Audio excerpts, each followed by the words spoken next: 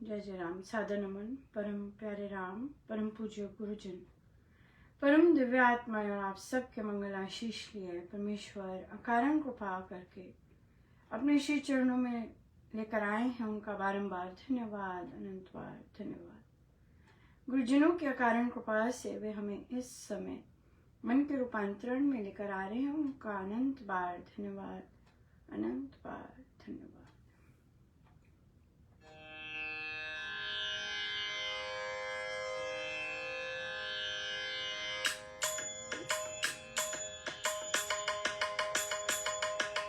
तू जाने मेरे राम तेरिया, तू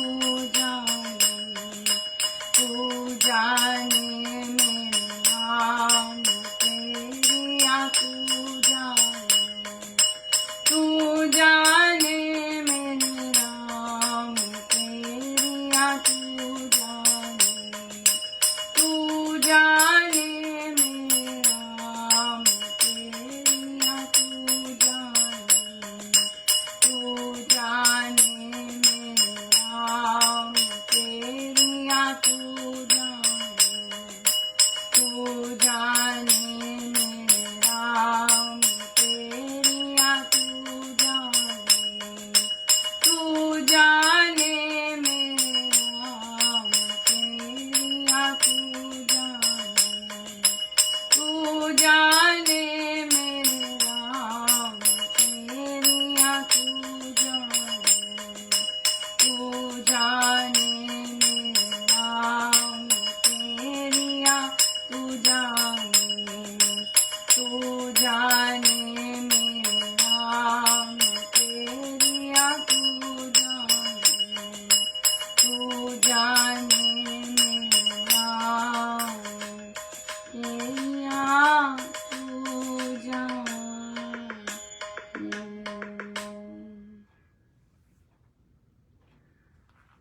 श्री प्रवचन पीयूष जी।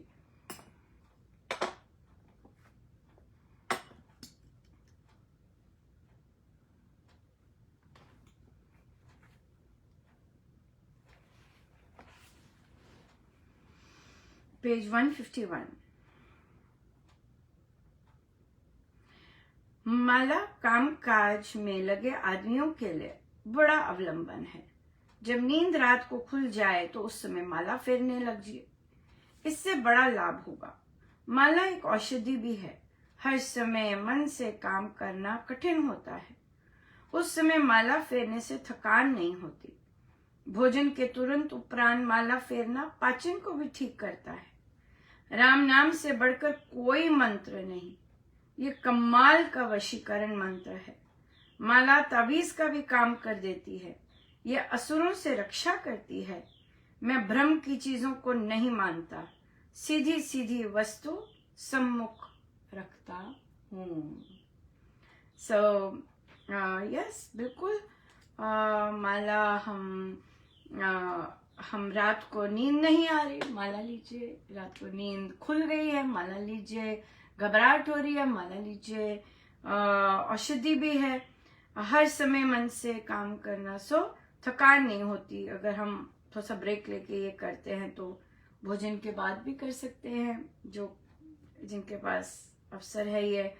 और वशीकरण मंत्र है। माला तावीज का भी काम करती है और असुरों से रक्षा करती है। यस, सो हम सब की रक्षा, क्योंकि हम सब साधक हैं, राइट। हम सब की रक्षा डेफिनेटली माला, गुरुजन, प्रभु सबके अराउंड सुरक्षा चक्र होता है। सो कोई भी असुरी शक्ति हमें टच नहीं कर सकती।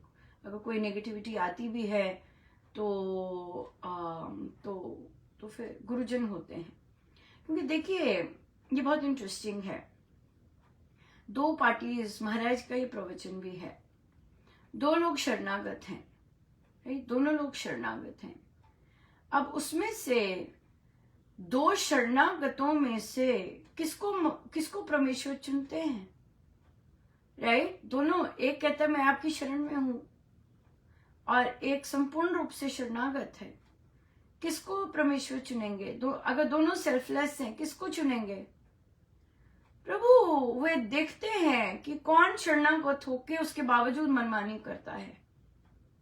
तो जो महाराज ने कहा है, प्रेम पाकर आपको मनमानी का अधिकार नहीं मिल जाता। यस, आपको आत्मज्ञान पाकर, ब्रह्म ज्ञान पाकर आप मनमानी नहीं कर सकते, आप अन्याय नहीं कर सकते, आप दूसरों को कटाक्ष नहीं कर सकते, आप दूसरों पर गलत वो नहीं कर सकते। कथा भक्त प्रकाश जी पढ़िए। अगर भक्त बनना है और जो स्वामी जी को पसंद है भक्त, वैसे भक्त बनना है, तो बहुत सेट रूल्स हैं उसके, क्या चीज होनी चाहिए, क्या चीज नहीं होनी चाहिए। एब्सोल्युटली, बिल्कुल। सो इसलिए भक्त, आप आत्मज्ञानी भी हैं, आप ब्रह्म ज्ञानी हो गए हैं। उसके बाद 2-3 पृष्ठ स्वामी जी महाराज ने सुखदेव जी महाराज को, जब जनक जी महाराज ने आत्मज्ञान दिया, उसके बाद लिटरली 2 पेजेस, हाँ, डायरेक्शंस के थे कि क्या तुम अब नहीं कर सकते। हाँ, तो शरणागत वर्सेस 2 पार्टीज में शरणागत हैं साधक, अपने मन से शरणागत हैं, लेकिन उसमें भी क्राइटेरिया है। फर्स्ट, जिसको शरणागति का अभिमान नहीं है, ये भी बहुत इंपॉर्टेंट है कि शरणागति का अभिमान नहीं होना चाहिए। अभिमान किसी भी फॉर्म में बहुत बहरूपिया है, किसी भी फॉर्म में घुसा नहीं अंदर, शरणागति गई तहस नहस। सो इसलिए अगर हम चाहते हैं कि हम शरणागत संपूर्ण रूप से रहें, तो हम मनमानी नहीं कर सकते। स्वामी जी महाराज ने जो मेंशन किए हैं, जनक जी महाराज ने सुखदेव जी महाराज को जो रूल्स मेंशन किए हैं कि अब आपको ये आत्मज्ञान प्राप्त है, अब आप ला ला ला ला ला ला ला ला ये सब नहीं कर सकते। सो वहां पर जो शरणागत, राइट, अगर 2 शरणागत भी हैं, उसमें भी जो अपने गुरु के लिखे हुए शब्दों पर नहीं उतरेगा, तो वो शरणागत नहीं होगा। बहुत ज्यादा इंपॉर्टेंट है ये। सेवा, किसकी सेवा स्वीकार हो रही है? 2 लोग सेल्फलेस सेवा कर रहे हैं। हाँ, 2 लोग अपना जीवन समर्पित किए हुए हैं सेवा में। सेवा भी उसी की स्वीकार होगी। स्वामी जी महाराज ने और महाराज ने 4 चीजें बताई हैं कि सेवा तभी संपूर्ण सेवा मानी जाती है अगर ये 4 चीजें आप करें, तब क्राइटेरिया आता है कि आपकी सेवा स्वीकार हो रही है। राइट, ऐसे ही नहीं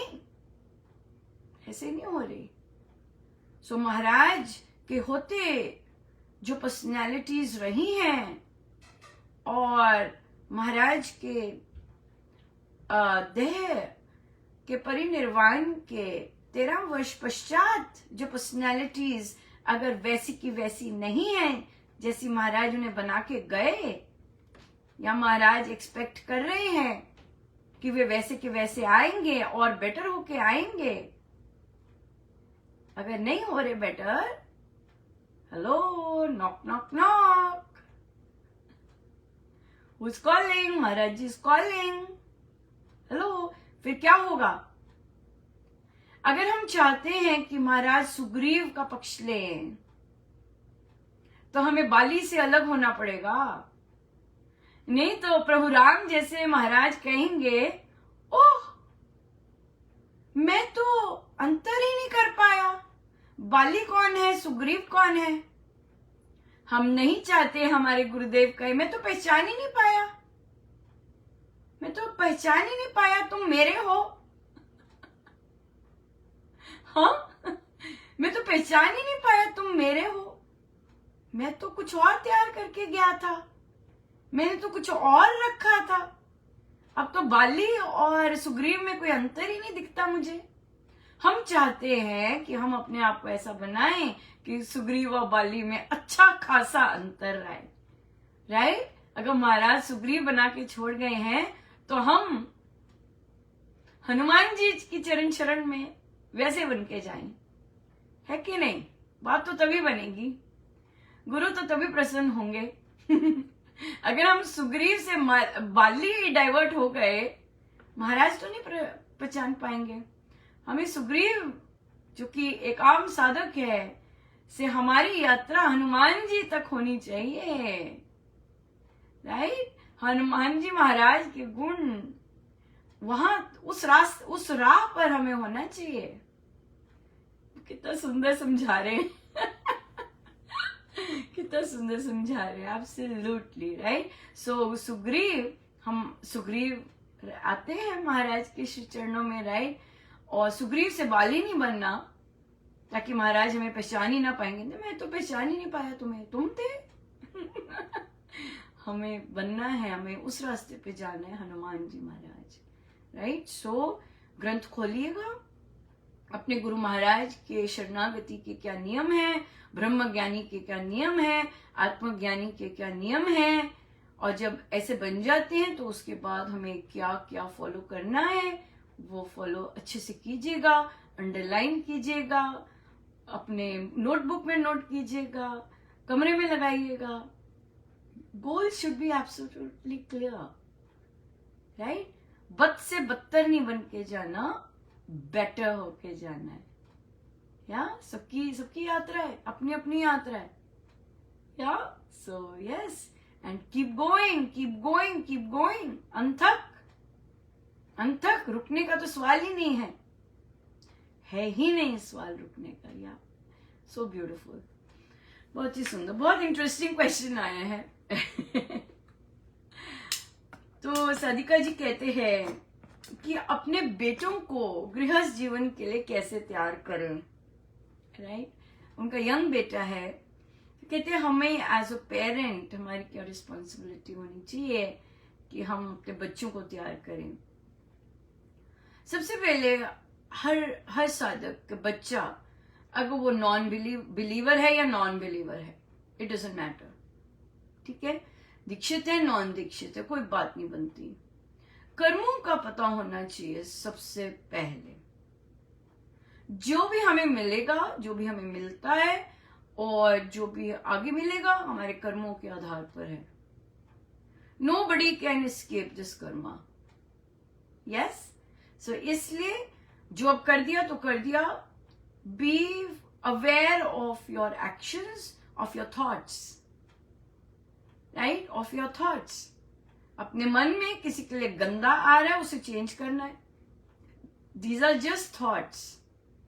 अगर वो रिपीटेड वही थॉट्स आती हैं, then it becomes a solid karma, मानसिक। जो मानसिक रोग इतने सारे आए होते हैं, पिछले जन्म में ऐसे काम किए होते हैं, राइट, कि हमने ऐसा सोच रखा होता है, सोचा होता है। पर या तो अपने सबसे पहले अपने पुत्रों को सिखाना है कर्म। दुनिया जो मर्जी करे बेटा, पार्टी में जो मर्जी गंध हो बेटा, जितने मर्जी दुनिया घूस ले बेटा, तुम्हें अपने कर्म का फल ही मिलेगा। तुम्हें ये नहीं देखा जाएगा तुमने उसको देख के ऐसे किया, उसको देख के ऐसे किया, नहीं। सो जो तुम एक्शन करोगे वो तुम्हारा ही होगा, उसका फल तुम्हें ही भुगतना होगा और किसी को नहीं। या तो सबसे पहले हर एक पुत्र को कर्मों के बारे में बहुत अच्छा पता होना चाहिए। पास जो हो गया, आज से शुरू करना है, आज से अपने कर्मों पर ध्यान रखना शुरू करो। प्रभु को पता होता है, कब पता रहे, तब कब पता चला इसे, कब से इसने अपनी यात्रा शुरू की, सब पता है, बहुत अच्छा डॉक्यूमेंटेड है। गलती नहीं होती उस कंप्यूटर में। फिर जब मैरिज के लिए तैयार करना है बच्चों को, सबसे पहले कि जो पार्टनर मिलेगा वो अपने कर्मों के हिसाब से मिलता है। चाहे लव मैरिज है, चाहे आप पसंद करते हैं, चाहे अरेंज मैरिज है, सब कर्मों के अनुसार मिलता है, ठीक है। आपके जो पुराने प्रारब्ध हैं उसके अनुसार मिलेगा। सबसे इंपॉर्टेंट चीज, अपनी वाइफ से दी बेस्ट बिहेवियर होना चाहिए। आप अपने कॉलीग्स के साथ रफ एंड टफ हो सकते हैं, आप अपने मम्मा पापा के साथ, जो फैमिली है उसके साथ आपका बेस्ट बिहेवियर होना चाहिए। बाकियों के साथ आपने फॉर्मेलिटी करनी है, जैसे मर्जी करनी है, लेकिन अपनी फैमिली के साथ लूज नहीं होना। प्यार करने में कंजूसी नहीं करनी। अपनी पार्टनर के साथ दी बेस्ट बिहेवियर होना चाहिए सारे वर्ल्ड में। उसके साथ लूज टंग नहीं होनी चाहिए। अरे यार ऐसे ही कह रहा था, नो नो नो। क्योंकि हम ये सारे पॉइंट्स कहां से ले रहे हैं? अपनी संस्कृति से, हम प्रभु राम से ले रहे हैं, या वो है हमारे आइडियल और हम वहां से ले रहे हैं। सो अपनी पत्नी के साथ दी बेस्ट बिहेवियर होना चाहिए। अपनी पत्नी को फ्रेंड मानना चाहिए। उसे पता नहीं है। देखिए, हम बैठकों में होते हैं तो कोई बोलता है, कोई क्वेश्चन जनरल बोलेगा, मैं नहीं नहीं नहीं नहीं। आपका जब आप बोलते हैं कि हमने पूजा की, आप पूजा से क्या मानते हैं? क्योंकि अगर मैं पूजा समझूंगी तो मेरा दृष्टिकोण में पता नहीं क्या होगा। तो जब आप बोलते हैं कि आप मेरे मित्र हैं, आप अपने पार्टनर को जिससे शादी हुई है, आप उन्हें बोलते हैं कि I want you to be my best friend. क्या मतलब है उस बेस्ट फ्रेंड का? Define it for the person. Best friend का मतलब होता है ये। आप कैसे बेस्ट फ्रेंड हैं? आप बताइए कि मैं कैसे बेस्ट फ्रेंड होऊंगा आपका। ये और फिर आप बताइए कि मैं ऐसा बेस्ट फ्रेंड होऊंगा तो जैसा मैं हूं, शायद मैं वैसे भी चाहूंगा कि मेरा बेस्ट फ्रेंड भी वैसा ही हो। राइट? आप बोलेंगे मैं अपने हर चीज अपने पेरेंट्स के साथ शेयर नहीं करता। तो अगर आप मेरे बेस्ट फ्रेंड हो तो मेरी एक्सपेक्टेशन यही है कि हम दोनों की फ्रेंडशिप ज्यादा स्ट्रॉन्गर रहे देन कि वो चीज।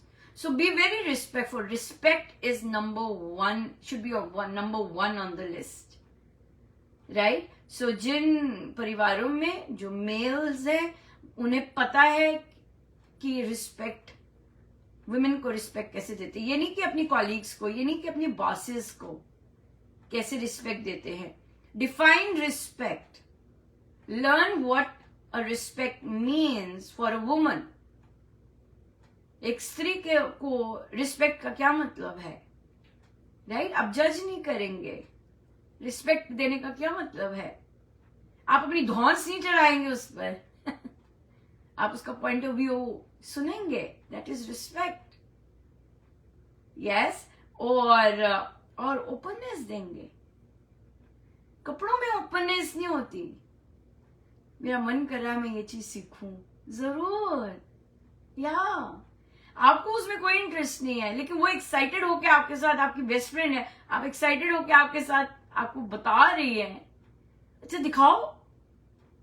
अरे वाह, मैं तो मुझे इसका बारे में कुछ नहीं पता। बी ऑनेस्ट, नो, मुझे इसके बारे में कुछ नहीं पता, लेकिन आपकी एक्साइटमेंट से लग रहा है कि बहुत सुंदर चीज है, ये कुछ स्पेशल चीज है।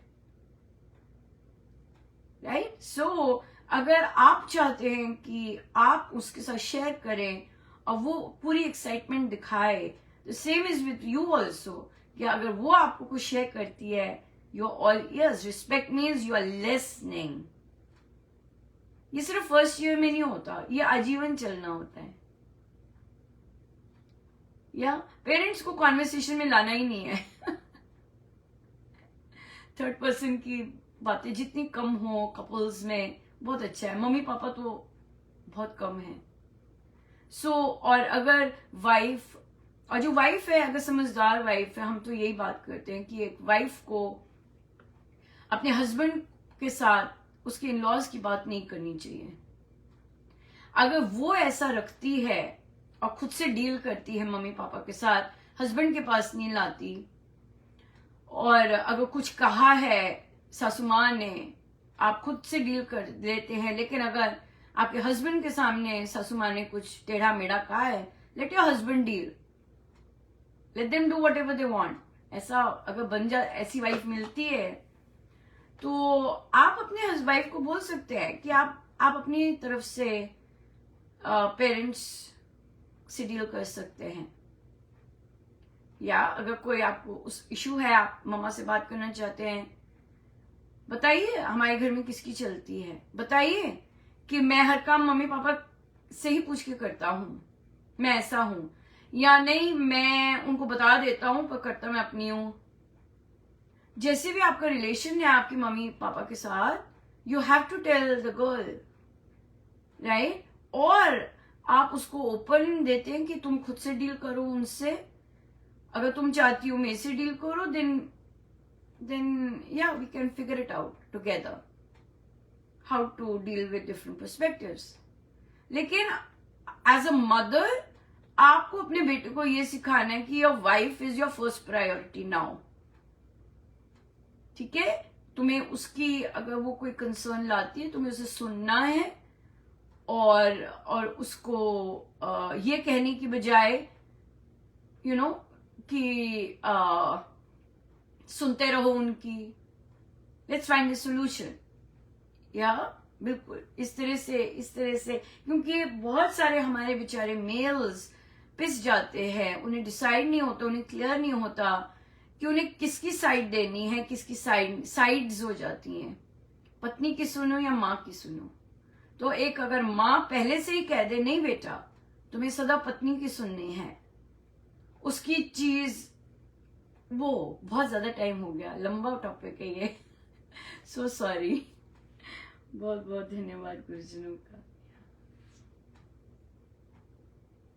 सब गुरुजनों का, उनके श्री श्री चरणों में राम राम।